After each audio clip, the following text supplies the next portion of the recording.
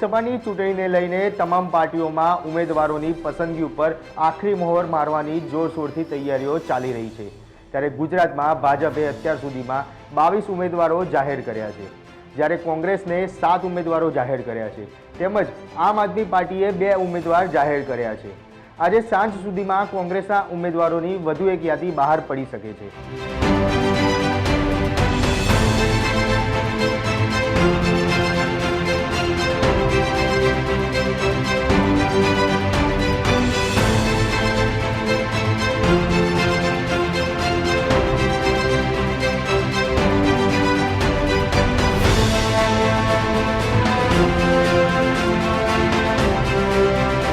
ગુજરાતની 7 બેઠક પર કોંગ્રેસના 7 ઉમેદવારો નક્કી હોય તેવું રાજકીય સૂત્રો પાસેથી જાણવા મળ્યું છે। દાહોદમાં પ્રભાબેન તવરિયા, ખેડામાં કાળુસિંહ ડાભી, પાટણમાં ચંદનજીનું નામ નક્કી છે। ત્યારે 7 સંભવિત ઉમેદવારોને ફોન કરી પ્રચાર કામગીરીમાં લાગી જવામાં હાઈકમાન્ડે સૂચના આપી હોવાનું સૂત્રો કહી રહ્યા છે।